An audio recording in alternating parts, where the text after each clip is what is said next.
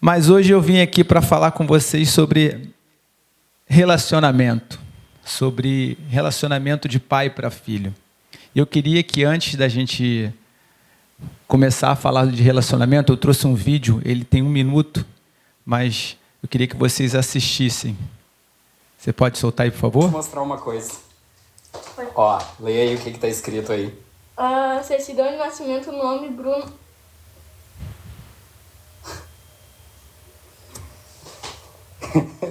Olha o que está escrito ali na filiação.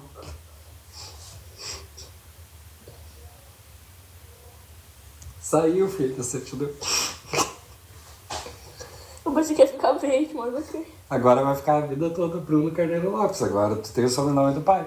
Não queria ter carneiro. Não, mas vai ficar que nem a Mana. Ficou feliz? Não quero ser que nem a mãe, quero ser que nem tu, sim. Mas eu sou Lopes também. Mas você vai carneiro. E aí, como é que tu tá te sentindo?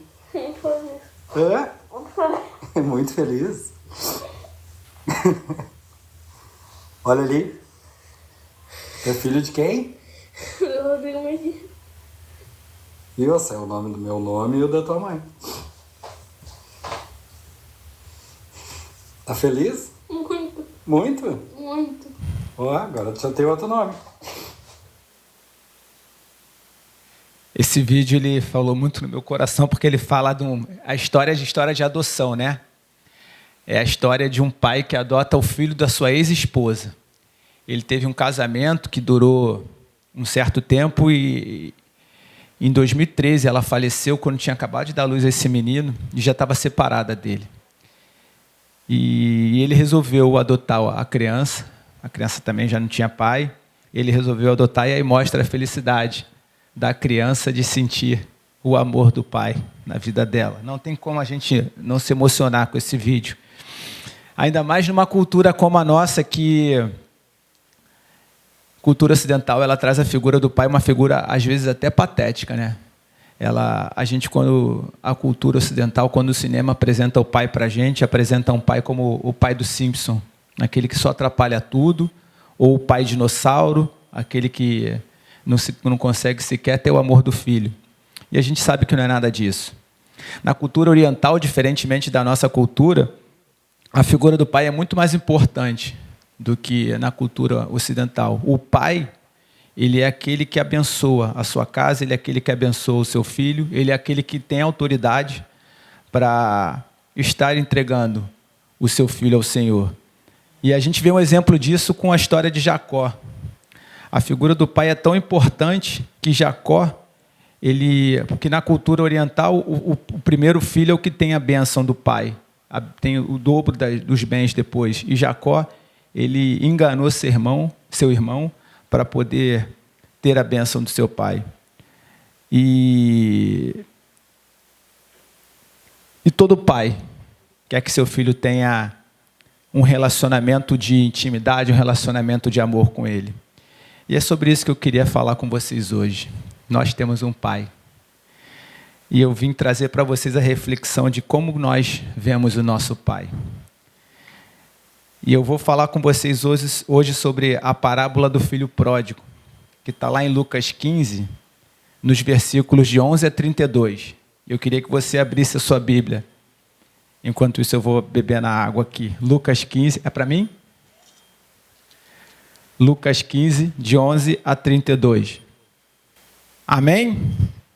Se você achou, grite amém. Se você não achou, grite misericórdia, porque a gente dá mais um tempinho. Então vamos lá, gente. Jesus continuou. Um homem tinha 2 filhos. O mais novo disse ao seu pai: Pai, quero a minha parte da herança. Assim ele repartiu sua propriedade entre eles. Não muito tempo depois, o filho mais novo reuniu tudo o que tinha e foi para uma região distante. E lá desperdiçou os seus bens vivendo irresponsavelmente. Depois de ter gasto tudo, houve uma grande fome em toda aquela região e ele começou a passar necessidade. Por isso, foi empregar-se com um dos cidadãos daquela região, que o mandou para o seu campo a fim de cuidar de porcos. Ele desejava encher o estômago com as vagens de alfarrobeira que os porcos comiam, mas ninguém lhe dava. Caindo em si, ele disse: Quantos empregados de meu pai têm comida de sobra, e eu aqui morrendo de fome? Eu me porei a caminho e voltarei para meu pai, e lhe direi: Pai, pequei contra o céu e contra ti. Não sou mais digno de ser chamado teu filho. Trata-me como um dos teus empregados. A seguir, levantou-se e foi para seu pai. Estando ainda longe, seu pai o viu e, cheio de compaixão, correu para o seu filho e o abraçou e beijou. O filho lhe disse: Pai, pequei contra o céu e contra ti. Não sou mais digno de ser chamado teu filho. Mas o pai disse aos seus servos: Depressa, tragam a melhor roupa e vistam nele. Coloquem um anel em seu dedo e calçados em seus pés. Tragam um novilho gordo e matem-no. Vamos fazer uma festa e alegrar-nos, pois este meu filho estava morto e voltou à vida, estava perdido e foi achado. E começaram a festejar o seu regresso. Enquanto isso, o filho mais velho estava no campo. Quando se aproximou da casa, ouviu a música e a dança. Então chamou um dos seus servos e perguntou-lhe: O que está acontecendo? O que estava acontecendo? Este lhe respondeu: Seu irmão voltou e seu pai matou o novilho gordo porque o recebeu de volta, são e salvo. O filho mais velho encheu-se de ira e não quis entrar. Então seu pai saiu e insistiu, mas ele respondeu ao seu pai: Olha, todos esses anos tenho trabalhado como escravo ao teu serviço e nunca desobedeci às tuas ordens. Mas tu nunca me deste nem um cabrito para eu festejar com os meus amigos. Mas quando volta para casa esse teu filho que esbanjou os teus bens com as prostitutas, matas um novilho gordo para ele? Disse o pai: Meu filho, você está sempre comigo e tudo o que tenho é teu. Mas nós tínhamos que celebrar a volta deste seu irmão e alegrar-nos, porque ele estava morto e voltou à vida. Estava perdido e foi achado. Queria que você fechasse seus olhos. Pai, aqui estamos, Pai, para aprender um pouco mais de Ti, para entender nosso relacionamento com o Senhor. Pai, que eu seja a Tua voz aqui nesse lugar e que Teu Espírito Santo faça com que cada um de nós entenda aquilo que seja o Teu querer. Seja conosco, em nome de Jesus. Amém. Essa é a parábola do pai e dos seus 2 filhos. Essa é a parábola do filho pródigo. Eu até ouso dizer que essa é a parábola dos filhos pródigos, porque conta a história de um pai que é questionado quanto à sua herança pelo seu filho mais novo. Ele reparte a sua herança entre eles, entre os filhos, não só para o mais novo, mas o mais velho também recebe. Seu filho mais novo sai, e ele deixa o seu filho sair. Essa saída do seu filho, ela tem um preço, e ele paga esse preço, mas ele resolve se render a seu pai. E ele reconhece a importância do seu pai. Ele reconhece que um dia ele matou seu pai para poder pedir a herança. E ele reconhece que era necessário estar próximo daquele pai que ele tinha matado. E sai. E quando ele chega, na verdade, não é ele que vê seu pai primeiro. Seu pai o vê primeiro. Se vê de longe. E aí vem, e ele, talvez com cheiro de porco, sujo, a primeira coisa que ele recebe é o abraço do seu pai. Seu pai manda colocar vestes novas, anel novo, sandália nova, e faz uma festa. Faz ele entender que ele é o motivo da alegria de seu pai. Enquanto isso, o mais velho, que também recebeu a herança, está próximo de seu pai, fazendo tudo, obedecendo ao seu pai, fazendo tudo que as regras mandam para satisfazer o seu pai. E quando o seu irmão mais novo chega, ele sequer se dirige a seu pai. Ele prefere falar com o servo e questionar. E aí, mas o pai, muito misericordioso, vai lá falar com ele. Mesmo assim, ele não reconhece e não quer participar da festa que o pai faz para ele. A gente fala de uma cultura, como eu falei, a cultura oriental, onde o relacionamento de pai para filho é algo muito importante. Onde o reconhecimento da figura paterna, ele é muito importante, mas que naquele momento não estava existindo. A gente tem a figura de 2 filhos que têm grande interesse nas coisas do seu pai. Um chuta o balde e pega, mata, se tiver que matar, e vai embora. O outro, talvez não tão explicitamente, pega, usa e fica usando o seu pai com a sua, entre aspas, obediência. Aqui para a gente talvez até soe normal um filho pedir herança para o seu pai, a gente chegar para o pai e falar: pai, faz aqui como é que é o testamento, faz o testamento para a gente receber a sua herança, eu estou ruim de grana, mas isso lá no Oriente é impossível. de acontecer. Um filho que faz isso com o pai, ele é amaldiçoado pela própria sociedade. Para a gente, talvez, essa parábola a gente não entenda muito bem.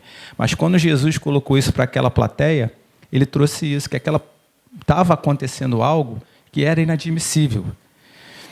Mas essa parábola, ela é a continuação de algo que está acontecendo. Essa parábola ela começa com a seguinte palavra: continuou.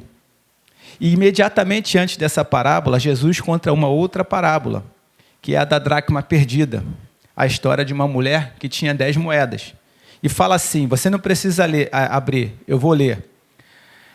Que está lá nos versículos de 8 a 10. Ou, qual é a mulher que, possuindo 10 dracmas e perdendo uma delas, não acende uma candeia, varre a casa e procura atentamente até encontrá-la? E quando a encontra, reúne suas amigas e vizinhas e diz: alegrem-se comigo, pois encontrei minha moeda perdida. Eu digo que, da mesma forma, há alegria na presença dos anjos de Deus por um pecador que se arrepende. Aquela moeda era muito importante para aquela mulher. Aquela moeda, para aquela mulher, representava, naquela época, a salvação, porque quando ela casava, ela recebia as moedas do seu pai, e até naquela cultura é normal que as mulheres usem moedas presas no seu corpo, principalmente as viúvas, e no véu também. Por quê? Porque aquela moeda, no caso de necessidade, era a moeda que traria a salvação para ela. E ela desespera quando ela perde a moeda e sai em busca da moeda. Sai em busca da moeda dentro de casa. Ela sabe que aquela moeda tinha muito valor para ela. Mas aquela moeda que é perdida dentro de casa não sabe o valor que ela tinha para aquela mulher. Olha só que coisa interessante. Dentro da casa, a moeda não tem valor nenhum. Por quê? Porque ela só pode ser usada fora da casa. Mas a moeda não sabe que ela não tem valor dentro da casa. Mas para a mulher, a moeda tem muito valor dentro da casa. E ela vai em busca daquela moeda. Ele começa a falar de relacionamento de pai para filho. Ele fala de relacionamento de pai para filho depois que ele fala de alguns outros relacionamentos. E nesse relacionamento, ele traz a necessidade da moeda, a necessidade do reconhecimento do valor daquela moeda dentro da casa. A moeda não sabe que estava perdida dentro da casa, mas a moeda não tinha valor nenhum dentro da casa. Mas aquela parábola também começa com antes daquela parábola tem algo também que está acontecendo, porque ela começa como ou, uma conjunção alternativa que é ou outra coisa, e que é a parábola da ovelha perdida. Então a gente falou do filho pródigo, da dracma perdida e da ovelha perdida. E fala assim: qual de vocês que possuindo 100 ovelhas e perdendo uma, ela começa com: então Jesus lhes contou esta parábola. Qual de vocês que possuindo 100 ovelhas e perdendo uma, não deixa as 99 no campo e vai atrás da ovelha perdida até encontrá-la? E quando a encontra, coloca alegremente sobre os ombros e vai para casa. Ao chegar, reúne seus amigos e vizinhos e diz: alegrem-se comigo, pois encontrei minha ovelha perdida.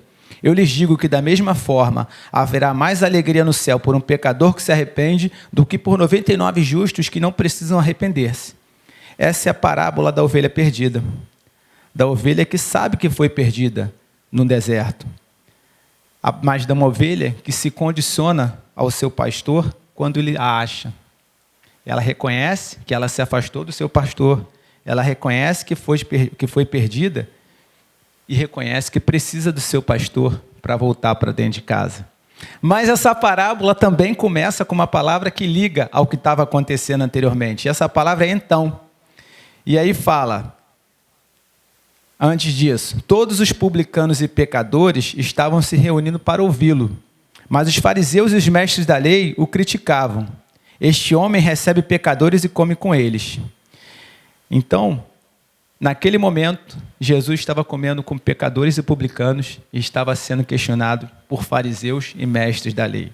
E aí ele conta essas 3 parábolas. Primeiro, ele fala da parábola da ovelha perdida, depois ele fala da parábola da dracma perdida e ele fala depois da parábola do filho pródigo. No final da parábola do filho pródigo, se a gente prestar atenção, ela não tem fim. Porque o fim da parábola do filho pródigo é exatamente o começo desse capítulo. O fim da parábola do filho pródigo é um filho não querendo entrar porque seu pai estava fazendo uma festa com seu irmão que era pecador. E o início desse capítulo são fariseus e mestres da lei não querendo entrar para ceiar, para estar em comunhão com Jesus, porque ele estava com publicanos e pecadores. Jesus, nesse momento, ele faz um jogo, ele traz o confronto com uma inteligência que a gente não percebe, mas ele traz um confronto para eles se colocarem, talvez julgando o filho pródigo, eles se colocarem no lugar do filho pródigo. É muito legal isso que Jesus faz, esse jogo, trabalhando, fazendo com que a gente seja confrontado sem perceber que a gente está sendo confrontado, fazendo a gente reconhecer os nossos erros só quando a gente julga as pessoas. Como nós somos, às vezes, a gente julga tanto as pessoas pelo nosso coração, a gente julga tanto as pessoas pelo que nós somos. Eu estava até conversando com uma irmã, aqui mesmo, nesse lugar, outro dia, falando que quando a gente não conhece alguém efetivamente e trazem alguma coisa dessa pessoa para a gente, e a gente julga, na verdade, a gente está julgando com o que a gente tem dentro de nós.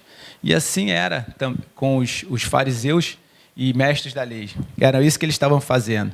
Então, Jesus, como eu falei, ele vai contando as histórias e vai trazendo um confronto que eles não esperavam ter. Aliás, o tempo todo, Jesus, ele vai quebrando paradigmas. Jesus, ele sempre trazia a mente que era necessário, a mente das pessoas, que a primeira coisa que a gente tinha que acabar na nossa vida era com a tirania das nossas vontades, era com a tirania do nosso pensamento, era com a tirania do nosso julgamento. Mas vamos voltar para a parábola do filho pródigo, que é sobre ela que eu quero falar mais com vocês hoje. Então, a gente tem nessa parábola um filho perdido fora de casa, e a gente tem nessa parábola um filho que não reconhece o seu valor dentro de casa.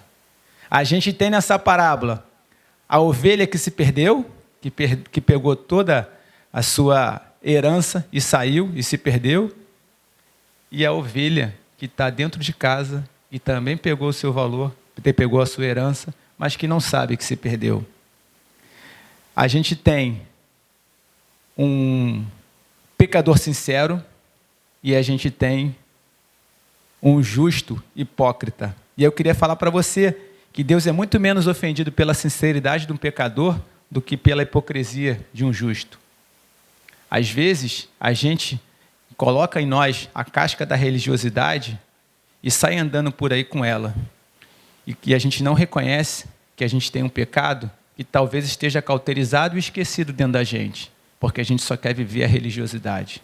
Às vezes, a gente só quer viver falando para o Pai que a gente obedece, que a gente ora, que a gente jejua, que a gente faz.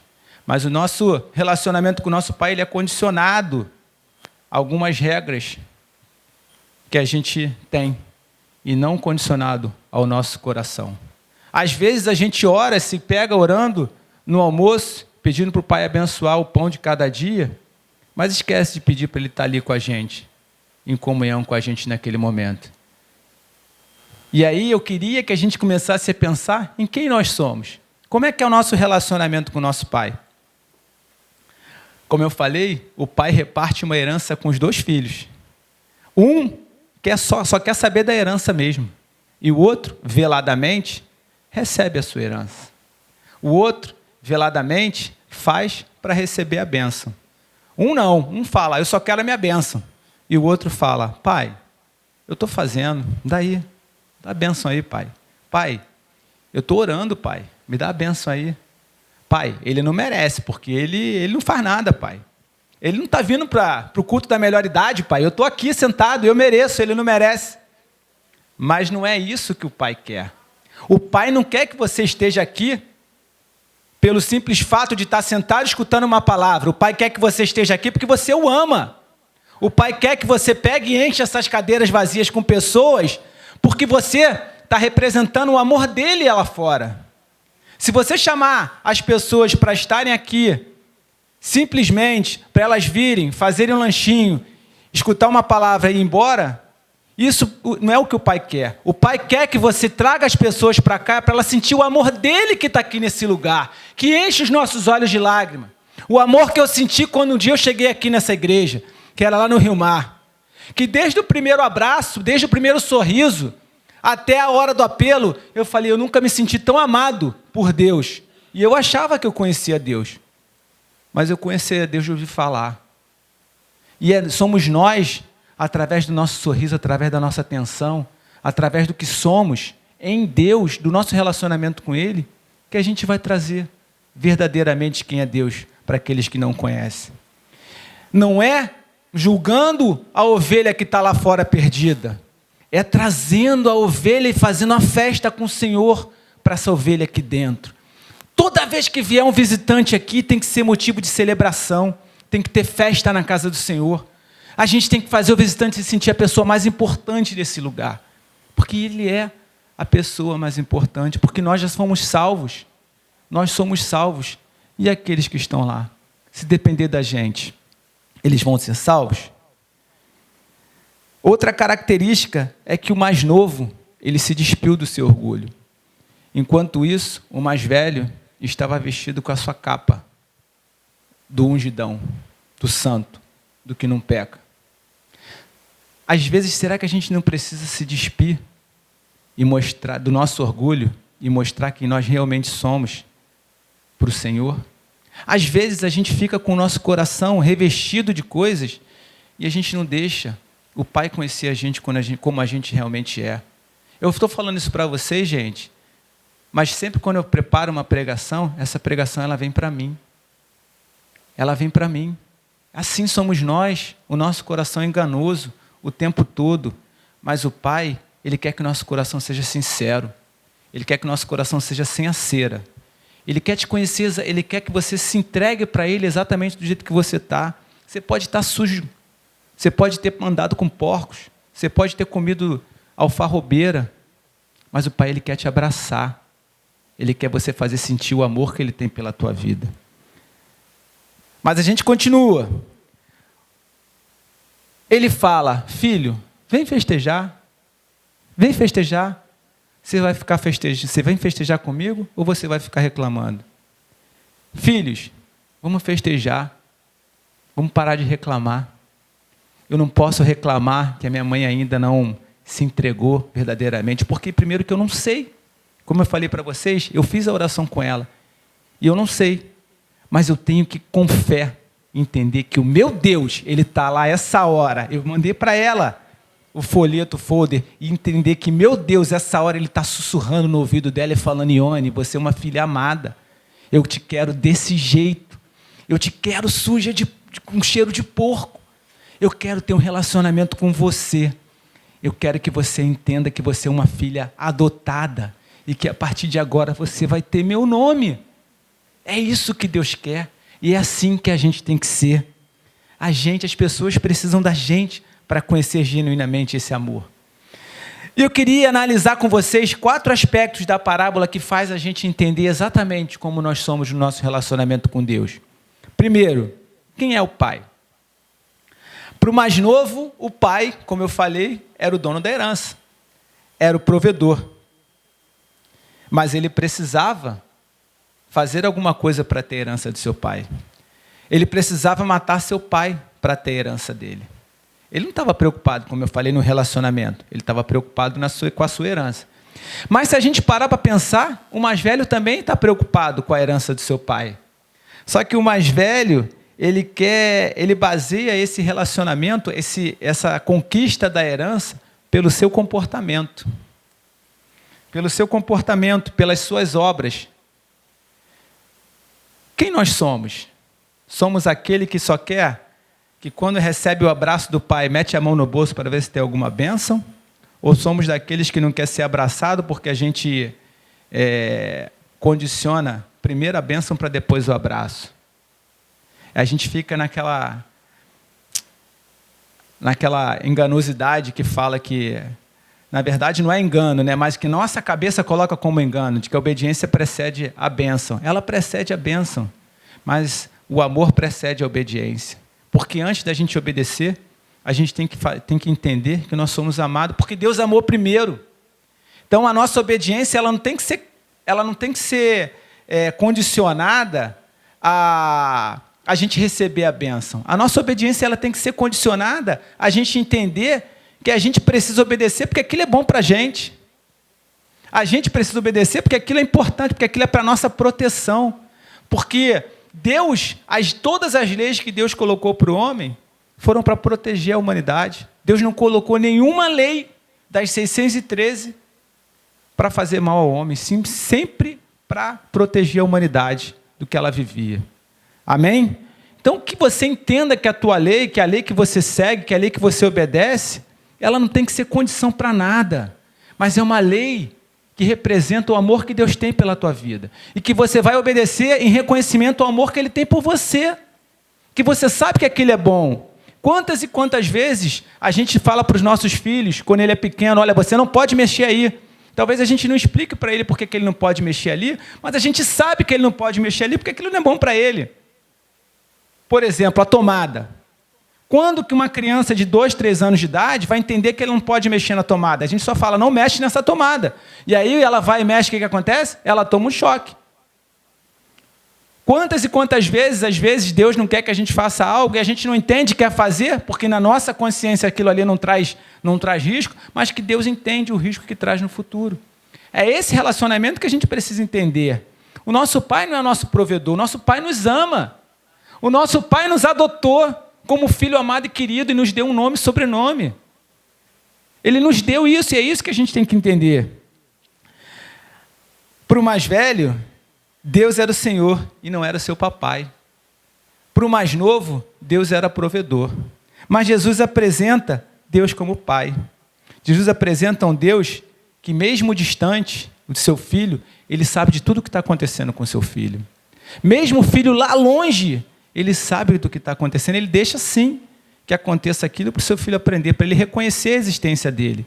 Mas que quando ele tem a primeira oportunidade de dar um abraço, não é o filho que vê, ele vai lá e olha seu filho lá de longe, porque a parábola conta que ele viu seu filho ainda longe, muito longe, e ele preparou a chegada do filho na sua casa. E esse é o nosso Deus, que vê a gente ainda longe e prepara a sua chegada na nossa casa. Não é o Deus que fica esperando para que a gente busque, Ele vai e chama a gente primeiro. Esse é o relacionamento com Deus. É o Deus que mesmo você dentro de casa e que longe sai para trabalhar, Ele quer que você, quando chegue, que você faça parte da festa também. Esse é o Deus que é o Pai que Jesus mostra para a gente. É um Pai que coloca as vestes, é o Pai que chama para a festa. É o Pai que convida o que está longe, é o Pai que convida o que está perto. É o Pai que não faz diferença entre um filho e o outro. Eu pergunto para você, quem é o Pai para você? Mas tem um segundo aspecto que eu queria falar com você nessa manhã. Primeiro é sobre quem é o Pai. Segundo, o que é o pecado para cada um deles. Para aquela audiência, a gente tem que lembrar que a gente fala de publicanos e pecadores, de fariseus e mestres da lei. Para aquela audiência, o pecado era não obedecer à lei. Por os fariseus e mestres da lei. Eles só estavam preocupados com a lei. Para o mais novo, o pecado é ir para longe do seu pai. É sair da proteção do seu pai. E ele reconhece que é aquilo. Para o mais velho, assim como para a audiência, é não obedecer. Às vezes, ele está longe, mas ele está obedecendo. Então, para ele, o pecado, como eu falei, está no seu comportamento. Como eu falei para vocês, ele sequer demonstra para o seu pai que ele quer ter algum relacionamento com o seu pai. Porque quando ele chega, ele não fala com o pai, ele fala com o servo. Ele podia chegar e falar, pai, o que está acontecendo, pai? Por que o senhor está fazendo essa festa? Mas não, ele pergunta para o cego, ele questiona o cego. Quantas e quantas vezes que a gente tem a oportunidade de questionar o Senhor, a gente não questiona. A gente prefere questionar um servo sobre algo que está acontecendo na nossa vida. Mas Deus, Ele quer que a gente fale com Ele, porque é Ele que quer dar resposta. Ele não quer dar resposta através de um servo. Ele pode até dar, e ela vai se confirmar, mas Ele quer dar resposta para a gente. Deus, Ele só quer relacionamento com a gente o tempo todo. E aí o mais velho questiona, poxa, mas se eu obedeço, como é que eu estou em pecado? Se eu obedeço, por que eu estou em pecado? O que é pecado? E Jesus demonstra naquela parábola que pecado é não ter relacionamento com o Pai. Pecado não é amar o Pai acima de todas as coisas. Pecado é você fazer mas não fazer de coração. Pecado é você fazer para o homem, esperando o reconhecimento do homem, e não esperando o reconhecimento de Deus. Isso é pecado. Pecado é algo que te traz a morte, mas a morte espiritual, aquela que vai te levando para longe dele e que vai fazendo você não reconhecer a presença dele. Todos os dias, quando eu oro, eu peço a Deus para que eu tenha intimidade com ele, para que eu não perca. Quer dizer, para que eu não perca, não, para que ele aumente a minha intimidade com ele. Porque é tão bom, gente. É tão bom. Pecado é a gente talvez não reconhecer a bondade, porque isso vai cauterizando o nosso coração. A gente vai começando a ter aquele coração que está lá no livro de Isaías, aquele coração de pedra, e a gente vai deixando de ter o coração de carne. Pecado é a gente querer se relacionar com Deus como um servo e não como um filho amado. O mais novo se perdeu na sua maldade. O mais novo se perdeu no seu interesse. E o mais velho, por incrível que pareça, se perdeu na sua obediência. Como eu falei para vocês, que pecado é a gente não ter Deus acima de todas as coisas. Eu pergunto para você, o que é pecado para você? Mas isso eu deixo guardado. Eu queria que você deixasse guardado, que você respondesse para você mesmo. O terceiro aspecto é, o que é salvação? Para o mais novo, inicialmente, a salvação para a vida dele era a sua liberdade. Era viver, tudo posso. Tudo posso. Isso era a liberdade, era a salvação para ele. Para o mais velho, como eu falei, a salvação estava condicionada ao seu esforço, ao seu comportamento, às suas obras. A salvação estava condicionada ao que ele faz e não ao que ele é em Deus. Mas Jesus, ele nos mostra que a salvação não depende da gente, mas ela depende de Deus, ela vem de Deus. Porque é ele que corre na direção do filho. É ele que sai da festa em direção ao mais velho, quando o mais velho está com seu coração completamente corrompido e chama para entrar para a festa. Salvação é você entender que você é o motivo da celebração da festa, independente de quem você seja, e que aquele que está do seu lado também cheio de carrapicho é o motivo de celebração da festa. Leve-o para que ele entenda o amor de Deus. Talvez quando você trouxer aqui na igreja, ele não ainda esteja maduro para entender o que é o amor de Deus. Talvez ele precise entender o que é o amor de Deus através da sua vida. Talvez ele precise entender o que é salvação através do seu testemunho, através da sua vida. Para o mais novo, inicialmente, como eu falei, é estar longe. Mas depois, no meio do caminho, salvação para ele está no pastor que vai buscar. Está no seu pai. Está a se condicionar a entrar, a ter vestes novas e entrar para a festa com seu pai. A própria parábola ela fala, levantando-se foi para o seu pai. Ali, ele já começou a ter uma mudança na sua mente. Ali, aquilo já fez com que ele, no caminho que ele estava, ele virasse e entendesse que ele tinha que voltar para o seu pai. Você sabe o que é isso? Virar e entender que você tem que voltar para o seu pai? O nome disso se chama arrependimento. Salvação para o mais novo está condicionado ao arrependimento. Mas para o mais velho, não. Para o mais velho, a salvação não está nele, mas está nos outros. Porque ele não reconhecia que ele precisava mudar em nada. Ele só achava que o outro precisava mudar. Às vezes, a gente passa por alguma coisa na nossa vida com as pessoas e a gente só acha que aquela pessoa está errada. Mas a gente é que precisa mudar em relação àquilo. Talvez, eu já escutei muita gente falando assim, eu oro para Deus me dar paciência e Deus me coloca uma pessoa. E realmente é isso. Às vezes a gente não tem a paciência, às vezes a gente não tem mansidão, às vezes a gente não tem domínio próprio e Deus coloca a gente para que a gente seja edificado em tudo isso. E isso, a gente, por mais que a gente esteja obedecendo, por mais que a gente esteja buscando relacionamento, a gente também precisa se arrepender todo dia, porque todos os dias nós pecamos. E a salvação é exatamente isso, é você mudar a sua direção e você seguir para os braços do Pai. Salvação é você lembrar, você entender que você também faz parte dessa festa e que você precisa estar com Ele na festa. O filho mais velho, ele se perguntava, mas por que eu tenho que me arrepender se eu faço tudo certo? E aí eu falo que o arrependimento e a salvação, elas não estão no que você faz, mas elas estão no motivo por que você faz. Às vezes a gente faz pela simples regra de fazer, pelo simples costume, pela simples rotina de fazer. Por isso que eu falei da nossa oração durante o almoço. Às vezes a gente nem ora no almoço porque a rotina daquele dia está tirando a importância da oração no almoço. Eu estou com pressa, hoje eu tenho uma reunião daqui a pouco, não vai dar tempo nem de orar. Ou então eu vou orar aqui rapidinho. Às vezes eu escuto, outro dia eu estava escutando um irmão falar, um irmão muito querido, em que ele falou, é um ato falho, e às vezes a gente vai para os atos falhos, porque os atos falhos eles são da nossa rotina. E ele falou assim, não, eu vou no culto da manhã porque eu já fico livre. Aí eu ainda brinquei com ele, você fica livre? Você vai para o culto para ficar livre? E durante o dia, como é que você fica? Aí ele, não, eu não quis falar isso, mas assim somos nós, gente. Assim somos nós. Às vezes a rotina, ela tira o nosso relacionamento. Por isso que, aliás, eu peço até perdão, eu queria apresentar para vocês a minha esposa. Está ali, meu amor, que faço questão de estar com ela em todos os momentos, de saborear a presença dela em todos os momentos. Assim como como pai também, a gente tem que saborear a Luciane. A gente não pode quebrar, não pode deixar a rotina quebrar o nosso relacionamento com o nosso pai. A gente tem que saborear a presença dele o tempo todo.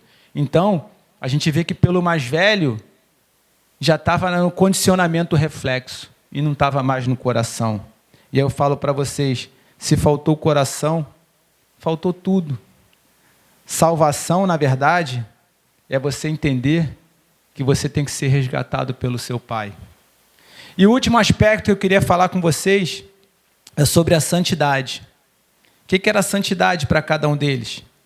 Santidade é você obedecer à lei. Santidade é você fazer as coisas para você não ser punido. Santidade é você receber a bênção. O que é santidade para cada um de nós? Santidade, na verdade, é a gente entender que nós fomos separados para estar junto com o Pai, em relacionamento com Ele. Santidade é você ter um encontro e entender que um dia já foi pago e que a graça está sobre você.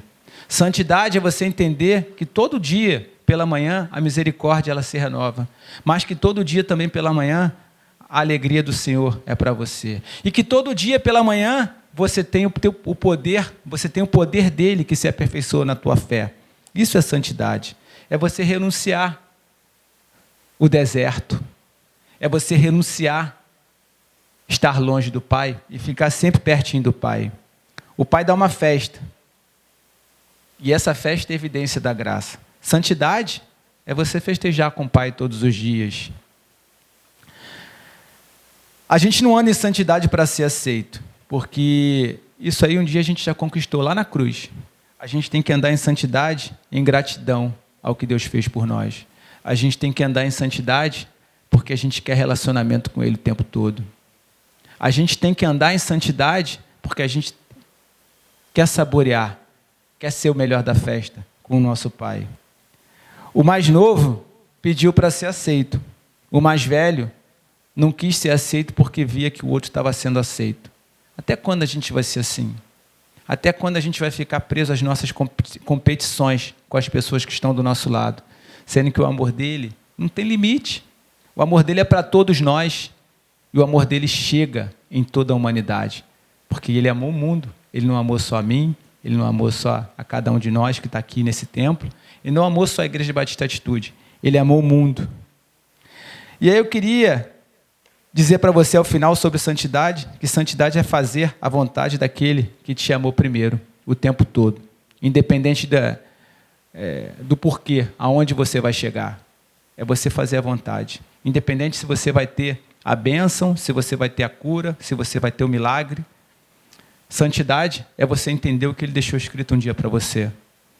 Santidade é você entender que todo dia de manhã, quando você olha o céu, você vê que foi um firmamento que Ele deixou para você. Quando você vê a natureza, é você entender que Ele se revelou para você. Isso é santidade. E aí eu queria terminar falando... Você pode fazer um solinho para mim? E aí eu queria terminar falando para vocês sobre coisas comuns que tem nas 3 parábolas. As 3 parábolas, elas falam de celebração. Falam que o pastor, ele celebrou por causa das suas ovelhas. A mulher falou que os anjos celebraram e o pai fez uma festa para ter os seus 2 filhos. As 3 parábolas, elas falam sobre a alegria do pastor ao achar e colocar sobre seus ombros a sua ovelha, a alegria daquela mulher de apresentar a moeda perdida para as suas amigas e a alegria do pai de ver o seu filho lá de longe e de dar um abraço nele, independente de como ele estava. As 3 parábolas falam sobre festa. Não a festa aqui, a festa no céu. E é todo dia isso que acontece para cada um de vocês, filhos amados. Enfim, eu não sei se você se identifica como fariseu, como mestre da lei, como publicano, pecador, como ovelha, se você se identifica como dracma, se você se identifica como filho mais velho, ou se você se identifica como filho mais novo. Mas eu queria que você soubesse de uma coisa que é muito certa na sua vida. Alguém está te procurando o tempo todo e quer festejar com você. Alguém um dia te adotou para ser o filho amado e querido. Eu queria que você se levantasse e eu queria que você pensasse sobre tudo isso que foi falado para você nessa manhã. Eu queria que você fechasse os seus olhos e que você, no fundo do seu coração, que você declarasse para Ele que filho você é e que filho você quer ser para Ele. Eu queria que você dissesse que você quer fazer parte dessa festa, que você deseja tanto fazer parte dessa festa. E eu queria que você deixasse, porque Deus está aqui nesse lugar. A primeira oração que foi feita foi para a presença do Espírito Santo aqui, e Ele está aqui nesse lugar. Então eu queria que você deixasse Deus, deixasse o Pai amoroso encontrar você aqui nessa manhã. Queria que você sentisse o abraço dele, que você sentisse que Ele está te dando vestes novas, que Ele está te dando um anel, Ele está te dando uma sandália, Ele te convida para o banquete. Queria que você entregasse a sua vida ao teu Pai e que você, a partir de hoje, você não condicionasse mais nada ao amor e à presença dele. Que Pai que você possa sempre desfrutar do amor daquele que te amou primeiro, do abraço daquele que te amou primeiro, da festa daquele que prepara todo dia para você. Entenda que independente de quem você seja, você é um filho amado e querido do Pai. Que Deus te abençoe, que você tenha um dia maravilhoso. E não esqueça, um dia você foi adotado e você tem nome e sobrenome do teu Pai. Amém? Glória a Deus. Eu queria que você louvasse o Senhor com uma salva de palmas.